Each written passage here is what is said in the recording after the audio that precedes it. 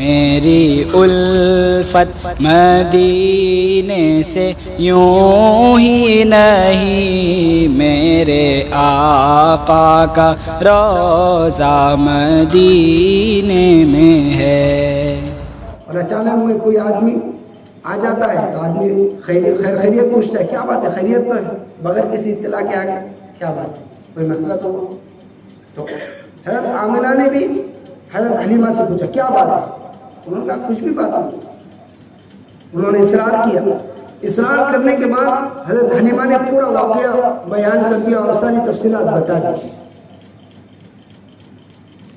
حضرت آمنہ نے کہا کہ اے حلیمہ تو میرے بچے پر ڈرتی ہے، اللہ کی قسم میرے بچے کو اللہ نے بڑی شان عطا کی، جب وہ پیدا ہوا تو مجھ کو محلات دکھائے گئے، مجھ کو یہ بتا دیا گیا کہ یہ مشرق مغرب شمال جنوب کا بادشاہ بنے گا اور یہ سب لوگ اس کے پیچھے چلے۔ اب حلیمہ جو ہے تو چلے گئی۔ اب دیکھیے یہاں سے بڑا کٹھین رسول اللہ صلی اللہ علیہ وسلم کے لیے دور گزرا ہے۔ رسول اللہ صلی اللہ علیہ وسلم 6 سال کے ہوئے، جب 6 سال کے ہوئے تو ماں کا سایہ سر سے اڑ گیا۔ رسول اللہ صلی اللہ علیہ وسلم کی والدہ کا انتقال ہو گیا، پیدا ہونے سے پہلے باپ کا انتقال ہو گیا، پیدا ہونے کے بعد 6 سال کی عمر میں، 6 سال کی عمر ہی کیا ہوتی، کیا سمجھتا ہے بچے، 6 سال کی عمر میں ماں کا سایہ اڑ گیا۔ اب دادا عبد المطلب کی آغوش میں آ گئے اور ان کی سرپرستی میں آ گئے۔ جیسے ہی رسول اللہ صلی اللہ علیہ وسلم 8 سال کی عمر کو پہنچے تو دادا کا بھی انتقال ہو گیا، دادا کا بھی انتقال ہو گیا۔ پھر اس کے بعد رسول اللہ صلی اللہ علیہ وسلم اپنے چچا کی سرپرستی میں رہنے لگے اور ان کے پاس زندگی بسر کرنے لگے۔ جب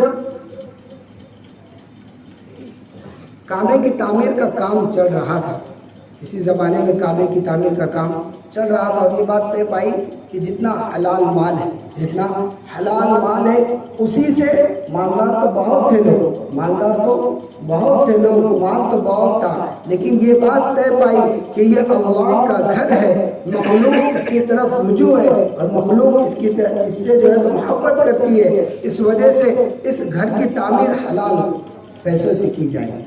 تو حلال پیسہ اکٹھا کیا گیا اور کعبے کی تعمیر کی گئی۔ رسول اللہ صلی اللہ علیہ وسلم نے بھی اس میں حصہ لیا۔ آپ کی حیا دیکھیے کہ آپ کے چچا نے آپ کا کندھا جو ہے تو پتھروں سے گھسنے کی وجہ سے اور چوٹ لگنے کی وجہ سے آپ کی جو نیچے جو تہبند بندھا ہوا تھا تو اس کو کھولنا چاہا اور اس کو کھولا تو رسول اللہ صلی اللہ علیہ وسلم کی حالت بگڑ گئی، فوراً بگڑ گئی۔ کیوں؟ اس لیے کہ نبی رسالت کے منصب پر فائز ہونا تھا، آگے چل کے نبی بننا تھا، رسول بننا تھا، اس لیے کہ انبیاء علیہ السلام کی فطرت میں حیا کوٹ کوٹ کر بھری ہوئی ہوتی بچپن ہی سے۔ تو آپ کے چچا نے فوراً جو ہے تو اس تہبند کو باندھ دیا اور جو ہے تو کعبے کی تعمیر کرنا شروع کر دیا۔ اب جب رسول اللہ صلی اللہ علیہ وسلم 12 سال کی عمر کو پہنچے، 12 سال کی عمر کو جب رسول اللہ صلی اللہ علیہ وسلم پہنچے، دیکھیے رسول اللہ صلی اللہ علیہ وسلم دنیا میں آئے نہیں اور یہودیوں کو خبر لگ گئی کہ آخری نبی آنے والے ہیں، آخری نبی آنے والے ہیں، اور یہودیوں میں ایک گلگلہ مچ گیا اور ان میں جو ہے تو ایک بے چینی لگا کہ نبی آخری زمان کہاں پر آئیں، کہاں آئیں۔ وہ لوگ رسول اللہ صلی اللہ علیہ وسلم کی نشانیوں سے ہم سے زیادہ واقف تھے اور ہم سے زیادہ جانتے تھے۔ اب رسول اللہ صلی اللہ علیہ وسلم نے 12 سال کی عمر میں سب سے پہلا سفر، شام کا پہلا سفر 12 سال کی عمر میں کیا۔ جب یہ لوگ اپنے چچا کے ساتھ یہ جو ہے تو شام کی طرف روانہ ہوئے. جب یہ مقام بصرہ مقام پر جب پہنچے تو وہاں پر ایک بحیرہ راہب کا گرجا گھر تھا. بحیرہ راہب جو ہے تو یہودیوں میں عالم کو کہتے ہیں. تو بحیرہ راہب کے پاس یہ جو ہے جہاں پر اس کا گرجا گھر تھا اسی کے قریب ان لوگوں نے پڑاؤ ڈال دیا. اس کو بھنک لگ گئی کیونکہ ان لوگوں کو معلوم تھا کہ نبی آخر الزمان یہاں سے گزر ہوں گا اور فلاں فلاں وقت ہوں گا اور فلاں فلاں تاریخ کو ہوں گا اور ایسی ایسی چیزیں جو ہے تو رونما ہوں. تو اس نے خلاف واقعہ، کیونکہ مکہ کے لوگ شام کو جایا کرتے تھے، وہیں سے جایا کرتے تھے، تو کبھی اس نے کسی قافلے کی دعوت نہیں کی. لیکن اس دن اس نے اس بحیرہ راہب نے ان پورے قافلے والوں کی دعوت کی. اب قافلے والوں نے رسول اللہ صلی اللہ علیہ وسلم، جیسے ہم لوگ کیا کرتے، کچھ میٹنگ نہیں تو میٹنگ میں چلے جاتے، بچے کو باہر نکلتے، کچھ اہم بات رہی تو ہم لوگ آ جاتے بچوں کو باہر روکاتے. تو اسی طرح قافلے والوں نے یہ کیا کہ رسول اللہ صلی اللہ علیہ وسلم کو سامان کے پاس چھوڑ دیا اور یہ لوگ پورے ایک درخت کے نیچے جمع ہو گئے. اب وہ راہب ایسا دیکھتا، جس طرح ہم لوگ مجمع میں کوئی چیز تلاش کرتے ہیں، کسی کو دیکھتے ہیں تو کس طرح دیکھتے ہیں، تو اسی طرح وہ راہب نے پورے مجمع پر اپنی نظر دوڑائی تو دیکھا کہ رسول اللہ، وہ بچہ نظر نہیں آ رہا، وہ بچہ نظر نہیں آ رہا. تو کہا کہ تمہارے قافلے میں پیچھے کوئی رہ گیا ہے، کوئی باہر، کوئی پیچھے رہ گیا ہے کیا، کوئی باقی ہے نا؟ تو قافلے نے کہا نہیں، کوئی باقی نہیں. اس راہب نے کہا کہ دیکھ لو ایک مرتبہ کوئی رہا ہے کیا. تو جب اچھی طرح دیکھ لیے تو پھر بعد میں ذہن میں آیا کہ ایک بچہ باہر بیٹھا ہوا ہے. تو راہب کہنے لگا جس کے لیے دعوت دی گئی اور جس کے لیے یہ محفل سجائی گئی اسی کو تم لوگ چھوڑ کر آئے. جب رسول اللہ کو بلایا گیا، جب رسول اللہ صلی اللہ علیہ وسلم کو بلایا گیا تو آپ آئے تو دیکھا کہ جو درخت تھا، وہ درخت جو ہے تو وہ درخت کی جتنی چھاؤ تھی اس میں سب قافلے کے لوگ بیٹھ چکے تھے. قافلے کے سب لوگ اس میں بیٹھ چکے تھے جہاں تک چھاؤ تھی. اب بیٹھنے کے لیے جگہ تھی نہیں، چھاؤ میں، دھوپ میں جگہ تھی. تو رسول اللہ صلی اللہ علیہ وسلم نے ایسا دیکھا اور دیکھ کر جو ہے ایک جگہ دھوپ میں بیٹھ گئے. جیسے ہی رسول اللہ صلی اللہ علیہ وسلم دھوپ میں بیٹھ گئے، اس درخت کی ٹہنیاں فوراً جو ہے تو آگے بڑھی اور رسول اللہ صلی اللہ علیہ وسلم پر سایہ فکر ہو. یہ شان ہے رسول اللہ صلی اللہ علیہ وسلم. اس راہب نے کہا کہ یہ جو بچہ ہے، یہ جو بچہ ہے یہ نبی آخر الزمان ہے، اس کو تم آگے مت لے جاؤ، شام مت لے جاؤ. اگر یہودی اس کو دیکھ لیں گے تو اس کی جان کو خطرہ ہے. تو آپ کے چچا نے کچھ غلاموں کے ساتھ آپ کو مکہ کی طرف روانہ کر دی، مکہ کی طرف روانہ کر دی. اب جب آپ کی عمر آگے بڑھی اور آپ نے 25 سال کی عمر میں 25 سال کی عمر میں دوسرا سفر شام کا کیا. جب یہ شام گئے تو شام تجارت کی غرض سے گئے تھے. حضرت خدیجہ نے یہ پیشکش کی آپ کے امین اور صادق ہونے پر یہ پیشکش آپ کے سامنے کی کہ آپ جو ہے، اس سے پہلے کا ایک واقعہ بڑا اہم واقعہ ہے اور اکثر سیرت بیان کرنے والے اس کو چھوڑ دیتے ہیں اور مجھ سے بھی وہ چھوٹ گیا. رسول اللہ صلی اللہ علیہ وسلم جب 20 سال کی عمر رسول اللہ صلی اللہ علیہ وسلم کی جب 20 سال کی عمر تھی تو ایک آدمی باہر سے تجارت گھر سے مکہ آیا اور مکہ آ کر رسول اللہ صلی اللہ علیہ وسلم مکہ آ کر اس نے ایک آدمی سے جو ہے عاص ابن وائل، شاید اس کا نام ہے عاص ابن وائل، اس سے جو ہے تو تجارت کی اور تجارت کرنے میں نیچ اونچ ہو گئی. اب جو یہ جو مکہ کا تھا، اب یہ مکہ کا رہنے والا، اب یہ تو مسافر، اب جو پیسہ دینا تھا یہ جو ہے تو ان کو دینے میں آنا کانی کرے. تو یہ جو آدمی تھا, یہ جو بندہ تھا, یہ مکہ کے ہر آدمی کے پاس جاتا اور کہتا کہ مجھ کو جو ہے تو میرا حق دلا دو, مجھ کو میرا حق دلا دو. 20 سال کی عمر ہے, 20 سال کی عمر ہے, نبوت کے ابھی 20 سال باقی ہے, 20 سال کے بعد نبوت مل رہی ہے, لیکن 20 سال کی عمر میں ہی رسول اللہ صلی اللہ علیہ وسلم کو تربیت کرائی جا رہی. آپ نے چند نوجوانوں کو جمع کیا, چند نوجوانوں کو جمع کر کے ایک کمیٹی تشکیل دی, اور کمیٹی تشکیل دے کر یہ بات طے پائی کہ جو آدمی کسی کے ساتھ ظلم کرے گا, کسی کا مال دبائے گا, تو ہم لوگ اس کی مخالفت کریں گے اور اس کو اس مظلوم کا ساتھ دیں گے, اور وہ ظالم سے اس کا مال یا جو بھی چیز ہے اس مظلوم کو اس کا حق دلا کر رہے ہیں. یہ جو ہے تو بات طے پائی. تو یہ بات طے پائی, کمیٹی بنی, سب نوجوانوں کی کمیٹی. یہاں پر ایک پیغام ہم کو یہ ملتا ہے کہ ہمیشہ یہ ذہن میں رکھنا چاہیے کہ ظالم کتنا بھی مضبوط ہو, حق کے آگے ٹک نہیں سکتا. ظلم کتنا بھی مضبوط ہو, چاہے ظالم کی حکمرانی ہو, لیکن حق غالب آ کر رہے, حق غالب آ کر رہے. اس زمانے میں بھی ویسا ہی ہوا. وہ لوگ نوجوان تھے اور نوجوانوں نے کمیٹی تشکیل دے کر وہ جو اس سے جو ہے تو اس کا حق دلا دیا. اب آپ کی عمر 25 سال کو پہنچی تو آپ کا پورے مکہ میں چرچا تھا. آپ امین بھی تھے اور صادق بھی تھے, امانت دار بھی تھے اور حق گو بھی تھے اور سچے بھی تھے.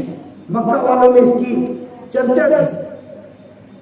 حضرت خدیجہ جو بیوہ تھی, تو رسول اللہ صلی اللہ علیہ وسلم سے انہوں نے جو ہے تو کہا, پیشکش کی کہ آپ میرا مال لے کر شام جائیں اور شام جا کر میرے مال کے ذریعے تجارت کریں, میں آپ کو اوروں کے مقابلے میں زیادہ جو ہے تو اجرت دوں گا. رسول اللہ صلی اللہ علیہ وسلم نے اس پیشکش کو قبول کیا اور شام کا سفر جو ہے شام کے سفر پہ روانہ ہو گئے. اب جب یہ شام پہنچے تو اس سفر میں رسول اللہ صلی اللہ علیہ وسلم کو بڑا فائدہ ہوا اور بہت زیادہ نفع ہوا.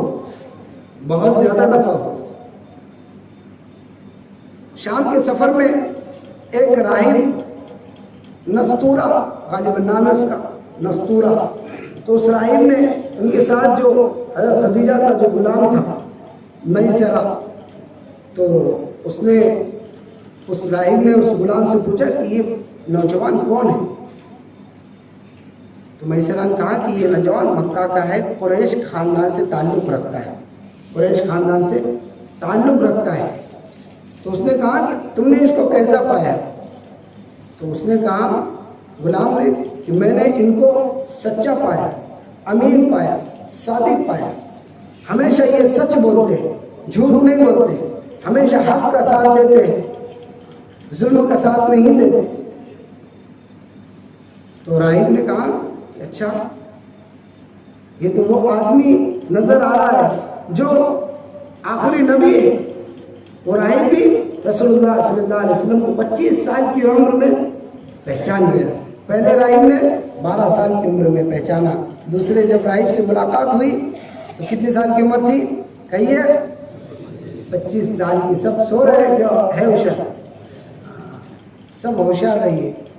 میں ترتیب وار اس لیے بتا رہا ہوں کہ ہمارے جو سیرت کا جو عنوان ہے یہ ہمارے سامنے آئے. رسول اللہ صلی اللہ علیہ وسلم کی زندگی ہمارے سامنے. 25 سال کی عمر. آپ شام سے جب مکہ لوٹے تو حضرت خدیجہ کا جو غلام تھا اس نے تمام تفصیلات نوٹ کر لی تھی اور یاد کر لی تھی. تو آ کر فوراً اس نے جو ہے تو اپنے مالکن کو یعنی حضرت خدیجہ رضی اللہ تعالی عنہا کو بتا دی. اب حضرت خدیجہ بڑی مالدار تھی. رسول اللہ صلی اللہ علیہ وسلم نے آپ کو خدیجۃ الکبریٰ, دیکھیے یہ جو لقب ہے خدیجۃ الکبریٰ,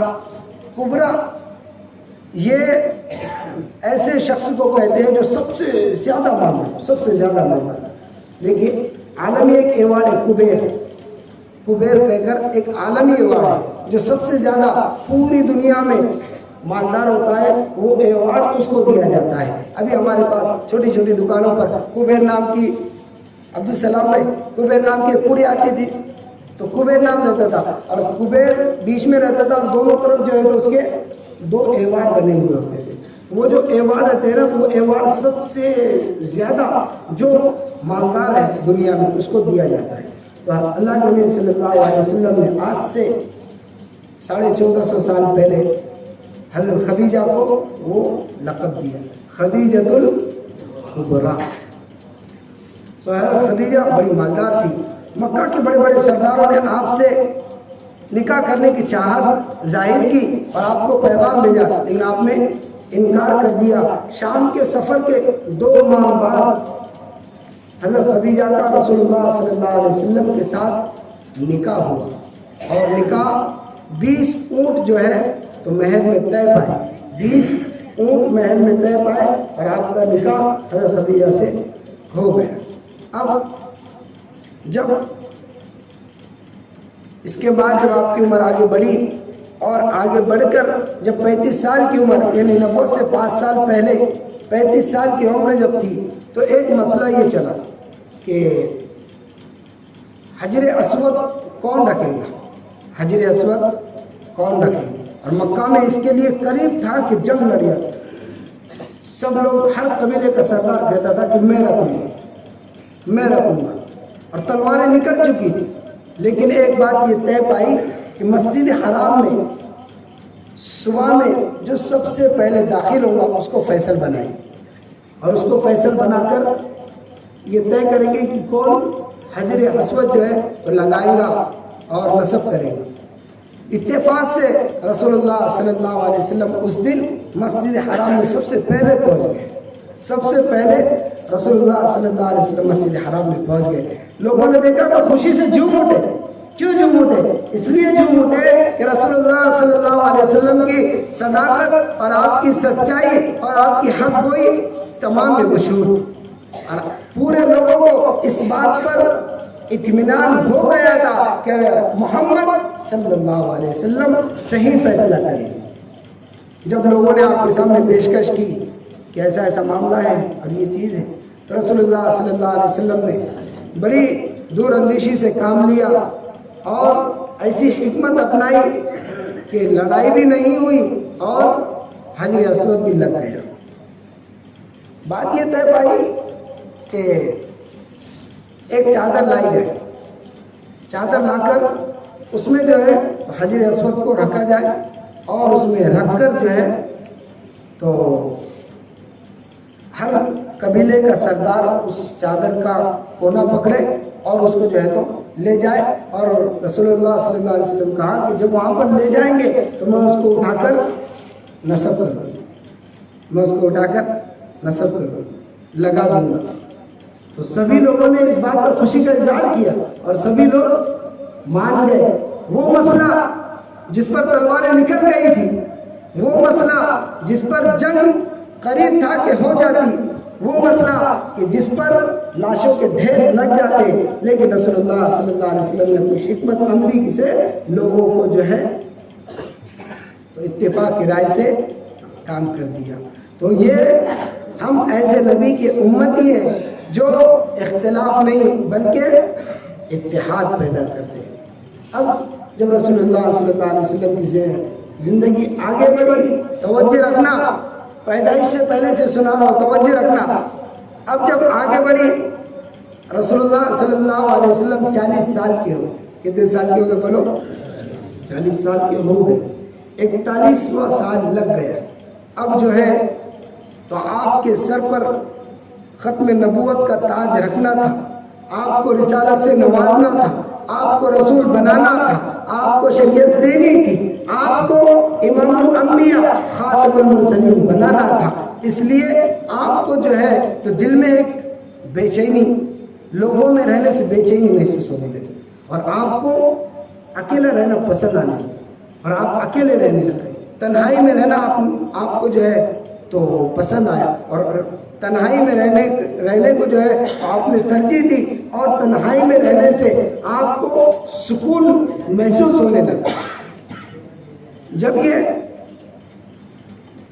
ہم جو لوگ مکہ جا کر آئے ہیں ان لوگوں نے وہ پہاڑ دیکھا ہوگا، جبل نور کا پہاڑ ہے، جبل نور کا پہاڑ، اور غار ہیرا ہے، اس میں رسول اللہ صلی اللہ علیہ وسلم بیٹھنے لگے اور بیٹھ کر جو ہے تو وہیں پر تنہائی گزارنے لگے۔ ایک دن ایسا ہوا کہ ایک فرشتہ آیا، جبرائیل علیہ السلام آئے، اور جبرائیل علیہ السلام نے آ کر رسول اللہ صلی اللہ علیہ وسلم سے کہا 41 سال کے ہو گئے رسول اللہ، اور جبرائیل آئے اور کہنے لگے اقرا، پڑھو۔ رسول اللہ صلی اللہ علیہ وسلم نے کہا ما انا بقاری، میں پڑھنا نہیں جانتا۔ پھر حضرت جبرائیل نے رسول اللہ صلی اللہ علیہ وسلم کو دبا دیا، زور سے دبایا، اتنا دبایا کہ رسول اللہ صلی اللہ علیہ وسلم کو انتہا کی تکلیف ہو۔ پھر کہا کہ چھوڑ دیا، پھر کہا کہ پڑھو، پھر کہا کہ میں پڑھنا نہیں جانتا، پھر دبا دیا، پھر کہا کہ پڑھو، پھر کہا۔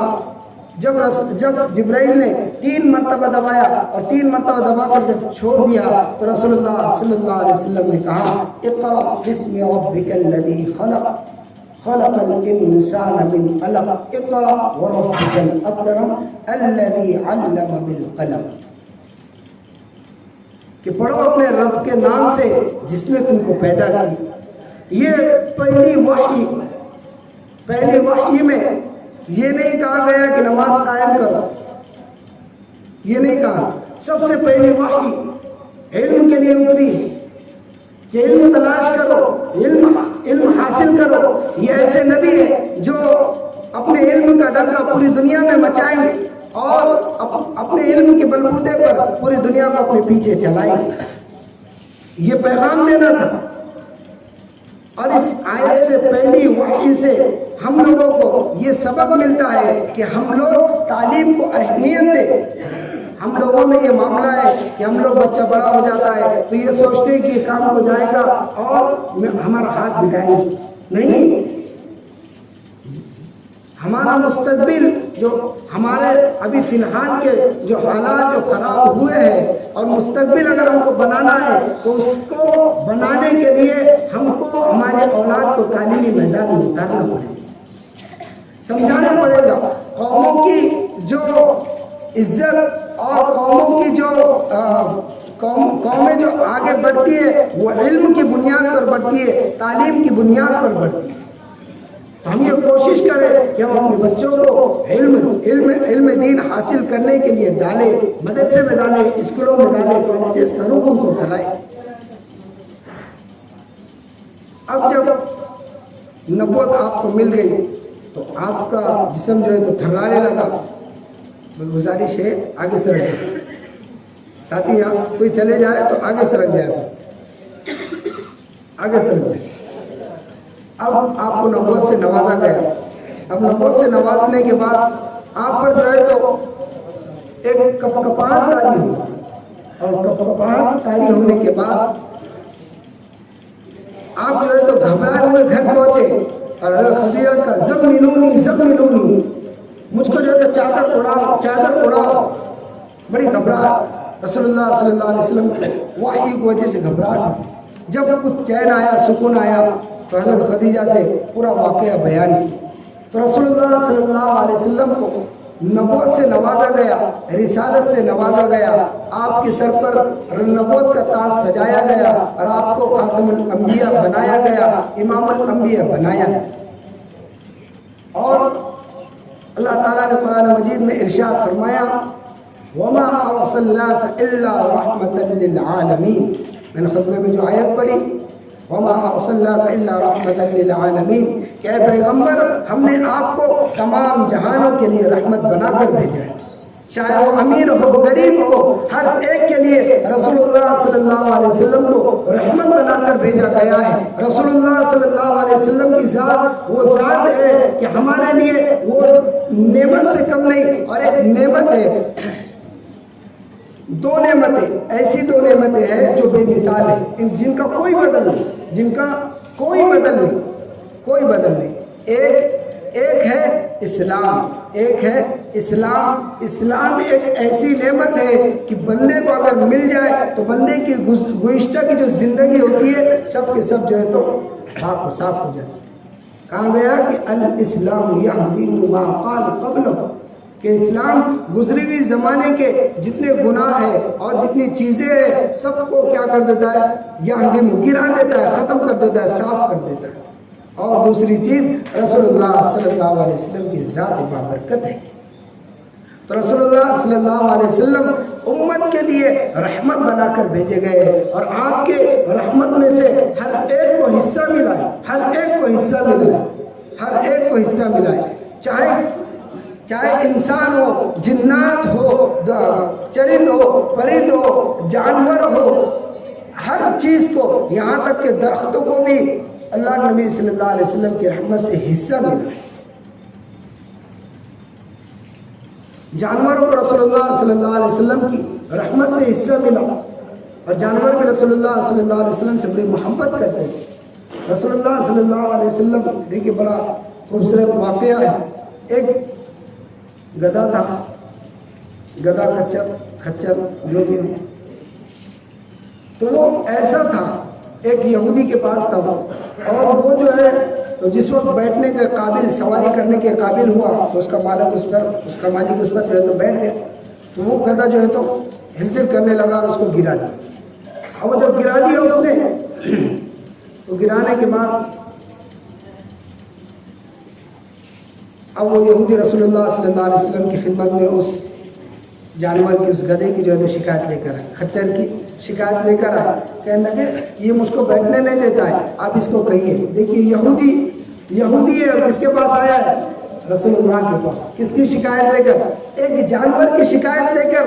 یہودی جانتے تھے یہ آخری نبی ہے، ہر چیز ان کی مانیں گی، جب یہ کہیں گے تو ان کی مانی جائیں گی، جب یہ کہیں گے تو ان کی سنی جائیں گی، جب یہ کہیں گے ان کی اطاعت کی جائے گی. تو اس خچر کو رسول اللہ صلی اللہ علیہ وسلم کے پاس لایا گیا. تو رسول اللہ صلی اللہ علیہ وسلم کے کان میں اس نے کہا کہ اے اللہ کے حبیب صلی اللہ علیہ وسلم، میں ایسی نسل میں سے ہوں. دیکھیے بڑا عجیب واقعہ ہے. میں ایسی نسل میں سے ہوں جس کی نسل پر صرف اور صرف انبیاء علیہ السلام نے سواری کی ہے، اور میں اس نسل کا آخری خچر ہوں. خچر گدھا میرے ذہن میں نہیں ہے، بعد میں جو ہے تو اشکالات نہ ہو. تو خچر گدھا جو بھی ہو جانور، میں اس جانور کی نسل کا آخری جانور ہوں، اور آپ بھی انبیاء میں سے اور رسولوں میں سے آخری رسول اور آخری نبی ہے.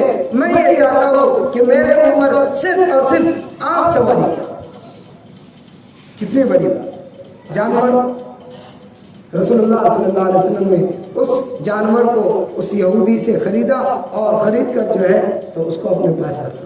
جب رسول اللہ صلی اللہ علیہ وسلم دنیا سے پردہ فرما گئے تو وہ خچر سمجھ لیجیے آپ، جانور خچر، تو وہ خچر جو ہے تو پورے مدینہ میں پاگلوں کی طرح گھومتا تھا، پاگلوں کی طرح پاگل ہو گیا تھا، گھومتا تھا.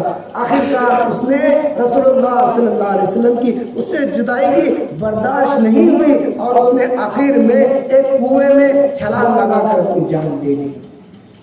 یہ محبت رسول اللہ صلی اللہ علیہ وسلم. رسول اللہ صلی اللہ علیہ وسلم کی رحمت سے ماں کو حصہ ملا، باپ کو حصہ ملا، بیٹی کو حصہ ملا، بیوی کو حصہ ملا، خاوند کو حصہ ملا. ہر چیز کو رسول اللہ صلی اللہ علیہ وسلم کی رحمت سے حصہ ملا. ماں کو یہ حصہ ملا کہ رسول اللہ صلی اللہ علیہ وسلم نے ارشاد فرمایا کہ ماں کے قدموں کے نیچے جنت ہے.